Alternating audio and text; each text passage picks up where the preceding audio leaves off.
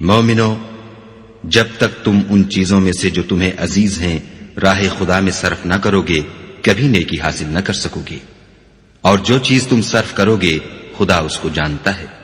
بنی اسرائیل کے لیے تورات کے نازل ہونے سے پہلے کھانے کی تمام چیزیں حلال تھیں بجز ان کے جو یعقوب نے خود اپنے اوپر حرام کر لی تھیں۔ کہہ دو کہ اگر سچے ہو تو تورات لاؤ اور اسے پڑھو، یعنی دلیل پیش کرو۔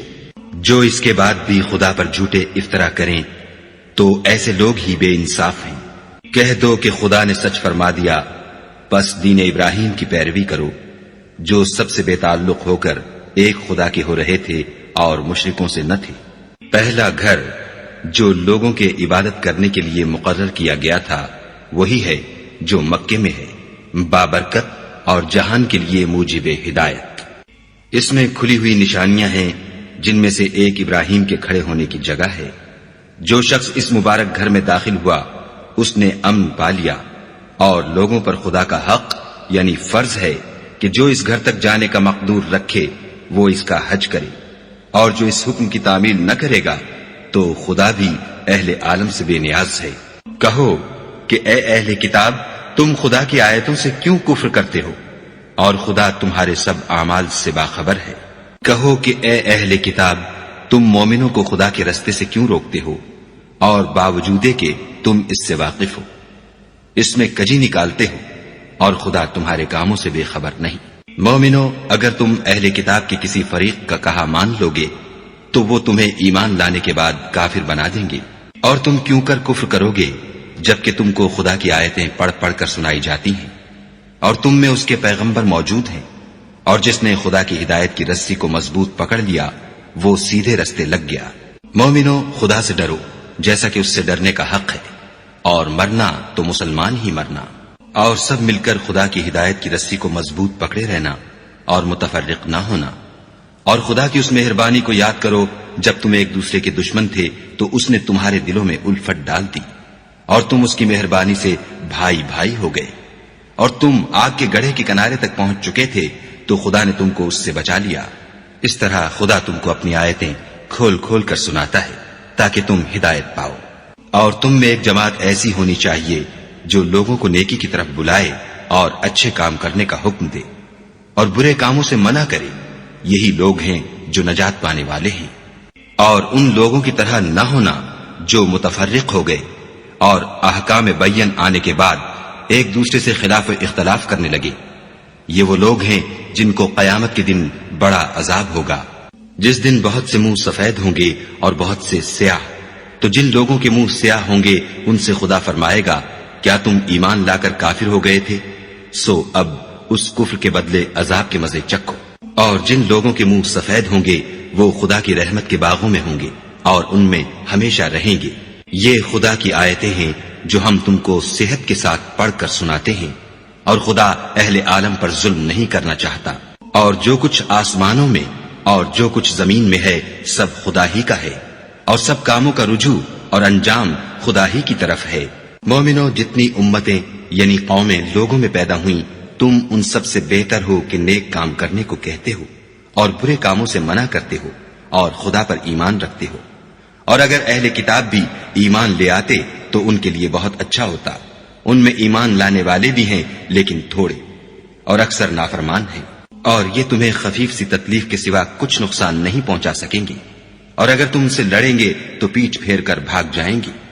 پھر ان کو مدد بھی کہیں سے نہیں ملے گی۔ یہ جہاں نظر آئیں گے ذلت کو دیکھو گے کہ ان سے چمٹ رہی ہے، بجز اس کے کہ یہ خدا اور مسلمان لوگوں کی پناہ میں آ جائیں۔ اور یہ لوگ خدا کے غضب میں گرفتار ہیں اور ناداری ان سے لپٹ رہی ہے، یہ اس لیے کہ خدا کی آیتوں سے انکار کرتے تھے اور اس کے پیغمبروں کو ناحق قتل کر دیتے تھے، یہ اس لیے کہ یہ نافرمانی کیے جاتے اور حد سے بڑھے جاتے تھے۔ یہ بھی سب ایک جیسے نہیں ہیں۔ ان اہل کتاب میں کچھ لوگ حکم خدا پر قائم بھی ہیں جو رات کے وقت خدا کی آیتیں پڑھتے اور اس کے آگے سجدے کرتے ہیں، اور خدا پر اور روز آخرت پر ایمان رکھتے اور اچھے کام کرنے کو کہتے اور بری باتوں سے منع کرتے اور نیکیوں پر لپکتے ہیں، اور یہی لوگ نیکوکار ہیں۔ اور یہ جس طرح کی نیکی کریں گے اس کی ناقدری نہیں کی جائے گی، اور خدا پرہیزگاروں کو خوب جانتا ہے۔ جو لوگ کافر ہیں ان کے مال اور اولاد خدا کے عذاب کو ہرگز نہیں ٹال سکیں گے، اور یہ لوگ اہل دوزخ ہیں کہ ہمیشہ اسی میں رہیں گے۔ یہ جو مال دنیا کی زندگی میں خرچ کرتے ہیں اس کی مثال ہوا کسی ہے جس میں سخت سردی ہو اور وہ ایسے لوگوں کی کھیتی پر چلے جو اپنے آپ پر ظلم کرتے تھے اور اسے تباہ کر دے، اور خدا نے ان پر کچھ ظلم نہیں کیا بلکہ یہ خود اپنے اوپر ظلم کر رہے ہیں۔ مومنوں، کسی غیر مذہب کے آدمی کو اپنا رازدار نہ بنانا، یہ لوگ تمہاری خرابی اور فتنہ انگیزی کرنے میں کسی طرح کی کوتاہی نہیں کرتے اور چاہتے ہیں کہ جس طرح ہو تمہیں تکلیف پہنچے۔ ان کی زبانوں سے تو دشمنی ظاہر ہو ہی چکی ہے، اور جو کینے ان کے سینوں میں مخفی ہیں وہ کہیں زیادہ ہیں۔ اگر تم عقل رکھتے ہو تو ہم نے تم کو اپنی آیتیں کھول کھول کر سنا دی ہیں۔ دیکھو، تم ایسے صاف دل لوگ ہو کہ ان لوگوں سے دوستی رکھتے ہو حالانکہ وہ تم سے دوستی نہیں رکھتے، اور تم سب کتابوں پر ایمان رکھتے ہو اور وہ تمہاری کتاب کو نہیں مانتے، اور جب تم سے ملتے ہیں تو کہتے ہیں ہم ایمان لے آئے ہیں، اور جب الگ ہوتے ہیں تو تم پر غصے کے سبب انگلیاں کاٹ کاٹ کھاتے ہیں۔ ان سے کہہ دو کہ بدبختو، غصے میں مر جاؤ، خدا تمہارے دلوں کی باتوں سے خوب واقف ہے۔ اگر تمہیں آسودگی حاصل ہو تو ان کو بری لگتی ہے، اور اگر رنج پہنچے تو خوش ہوتے ہیں، اور اگر تم تکلیفوں کی برداشت اور ان سے کنارہ کشی کرتے رہو گے تو ان کا فریب تمہیں کچھ بھی نقصان نہ پہنچا سکے گا۔ یہ جو کچھ کرتے ہیں خدا اس پر احاطہ کیے ہوئے ہے۔ اور اس وقت کو یاد کرو جب تم صبح کو اپنے گھر سے روانہ ہو کر ایمان والوں کو لڑائی کے لیے مورچوں پر موقع بموقع متعین کرنے لگے، اور خدا سب کچھ سنتا اور جانتا ہے۔ اس وقت تم میں سے دو جماعتوں نے جی چھوڑ دینا چاہا، مگر خدا ان کا مددگار تھا، اور مومنوں کو خدا ہی پر بھروسہ کرنا چاہیے۔ اور خدا نے جنگ بدر میں بھی تمہاری مدد کی تھی، اور اس وقت بھی تم بے سر و سامان تھے۔ بس خدا سے ڈرو اور ان احسانوں کو یاد کرو تاکہ شکر کرو۔ جب تم مومنوں سے یہ کہہ کر ان کے دل بڑھا رہے تھے کہ کیا یہ کافی نہیں کہ پروردگار 3000 فرشتے نازل کر کے تمہیں مدد دے؟ ہاں، اگر تم دل کو مضبوط رکھو اور خدا سے ڈرتے رہو، اور کافر تم پر جوش کے ساتھ دفعتاً حملہ کر دیں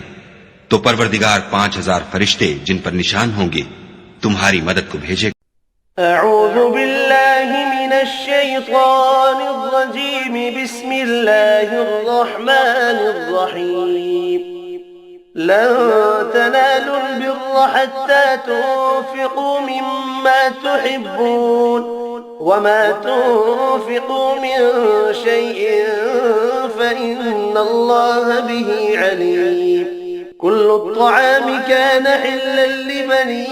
إسرائيل إلا ما حرم إسرائيل على نفسه من قبل أن تنزل التوراة، قل فأتوا بالتوراة فاتلوها إن كنتم صادقين۔ فمن افترى على الله الكذب من بعد ذلك فأولئك هم الظالمون۔ قل صدق الله، فاتبعوا ملة إبراهيم حنيفا وما كان من المشركين۔ إن أول بيت وضع للناس للذي ببكة مباركا وهدى للعالمين، فيه آيات بينات مقام إبراهيم ومن دخله كان آمنا، ولله على الناس حج البيت من استطاع إليه سبيلا، ومن كفر فإن الله غني عن العالمين۔ قل يا أهل الكتاب لم تكفرون بآيات الله والله شهيد على ما تعملون۔ قل يا أهل الكتاب لم تصدون عن سبيل الله من آمن تبغونها عوجا وأنتم شهداء وما الله بغافل عما تعملون۔ يا أيها الذين آمنوا إن تطيعوا فريقا من الذين أوتوا الكتاب يردوكم بعد إيمانكم كافرين وكيف تكفرون وأنتم تتلى عليكم آيات الله وفيكم رسوله ومن يعتصم بالله فقد هدي إلى صراط مستقيم يا أيها الذين آمنوا اتقوا الله حق تقاته ولا تموتن إلا وأنتم مسلمون واعتصموا بحبل الله جميعا ولا تفرقوا واذكروا نعمة الله عليكم إذ كنتم أعداء فألف بين قلوبكم فأصبحتم بنعمته إخوانا وكنتم على شفا حفرة من النار فأنقذكم منها كذلك يبين الله لكم آياته لعلكم تهتدون ولتكن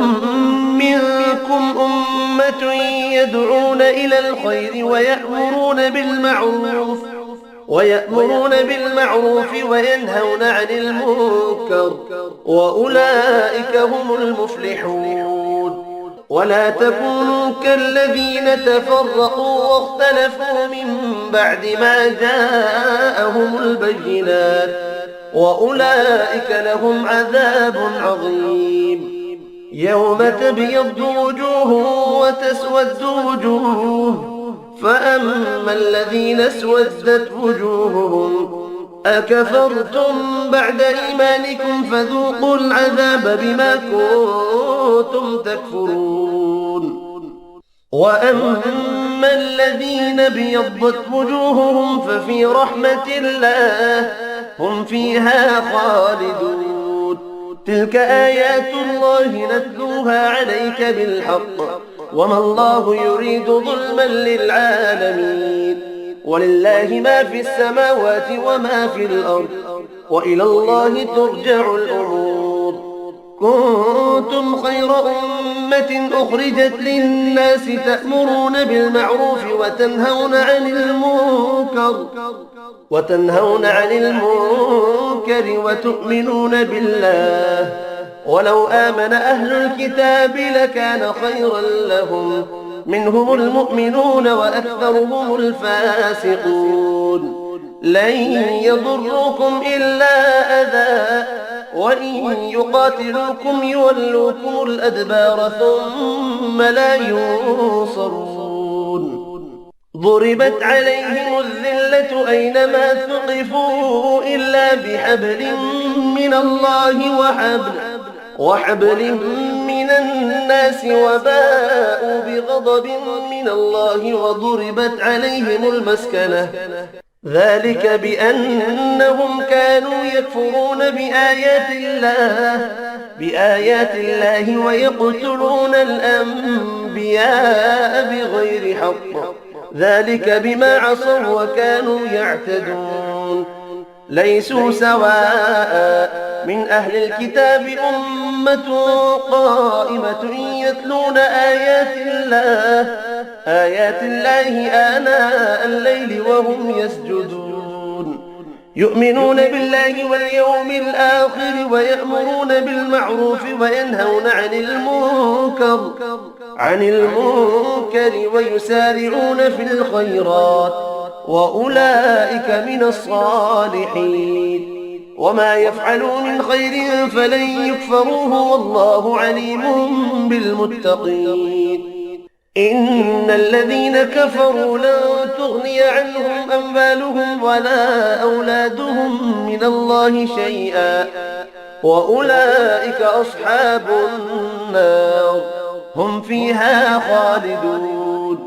مثل ما ينفقون في هذه الحياة الدنيا كمثل ريح فيها صر أصابت حرث قوم ظلموا أنفسهم فأهلكت وما ظلمهم الله ولكن أنفسهم يظلمون يا أيها الذين آمنوا لا تتخذوا بطانة من دونكم لا يألونكم خبالا ودوا ما عنتم قد بدت البغضاء من أفواههم وما تخفي صدورهم أكبر قد بينا لكم الآيات إن كنتم تعقلون ها أنتم أولئك تحبونهم ولا يحبونكم وتؤمنون بالكتاب كله وإذا لقوكم قالوا آمنا وإذا خلوا عضوا عليكم الأنامل من الغيظ قل موتوا بغيظكم إن الله عليم بذات الصدور إن تمسسكم حسنة تسؤهم وإن تصبكم سيئة يفرحوا بها وإن تصبروا وتتقوا لا يضركم كيدهم شيئا إن الله بما يعملون محيط وإذ غدوت من أهلك تبوئ المؤمنين مقاعد للقتال والله سميع عليم إذ هم الطائفتان منكم أن تفشلا والله وليهما وعلى الله فليتوكل المؤمنون ولقد نصركم الله ببدر وأنتم أذلة فاتقوا الله لعلكم تشكرون إذ تقول للمؤمنين ألن يكفيكم أن يمدكم ربكم بثلاثة آلاف من الملائكة منزلين بلى إن تصبروا وتتقوا ويأتوكم من فورهم هذا يمددكم ربكم بخمسة آلاف من الملائكة مسومين صدق الله العظيم وما خلقت الجن والإنس إلا ليعبدون और मैंने जिन्न और इंसानों को इसलिए पैदा किया है कि मेरी इबादत करें।